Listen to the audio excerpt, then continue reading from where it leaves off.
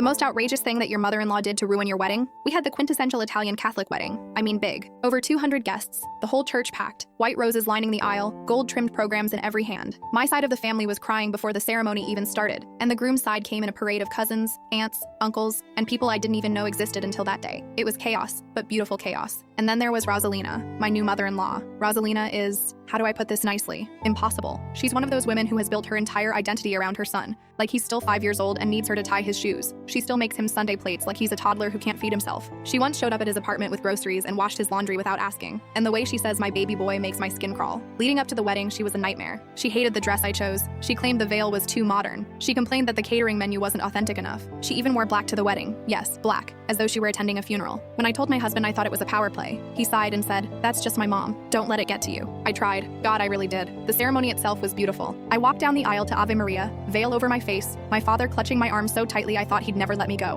When my husband lifted the veil and we said our vows, I thought nothing could ruin it. We slid the rings on each other's fingers, my heart was hammering, and the priest smiled warmly as he said the words we'd been waiting for. "You may now kiss the bride." I leaned in, he leaned in, and then chaos. Out of nowhere, Rosalina leapt from her seat in the front row. I heard her heels click against the marble floor as she barreled down the aisle like an Olympic sprinter. Before I could even process what was happening, she grabbed my husband, her son, by the shoulders, yanked him toward her, and kissed him on the lips. I wish I were exaggerating. The church gasped in unison. Someone actually shouted, "Oh my God!" One of my bridesmaids dropped her bouquet. My grandmother clutched her rosary like the devil himself had walked in. The poor priest looked like he'd swallowed his Bible. And then, as if she hadn't just committed social arson, Rosalina turned to the stunned crowd, lipstick smeared, and declared proudly, "No one kisses him before me." I froze. Bouquet clutched in my hand, jaw practically on the floor. I looked at my husband, who stood stiff and crimson, completely mortified. And in that moment, I realized, if I let this slide, if I plastered on a fake smile and pretended this didn't just happen, Rosalina would think she could get away with anything. Not on my wedding day, not ever. So when the priest, bless his soul, awkwardly tried to continue, the groom may now kiss his wife, I stepped forward. I locked eyes with Rosalina, lifted my chin, and said loud enough for everyone to hear, "Don't worry, Rosalina. That was his last kiss from you. From now on, he only kisses his wife."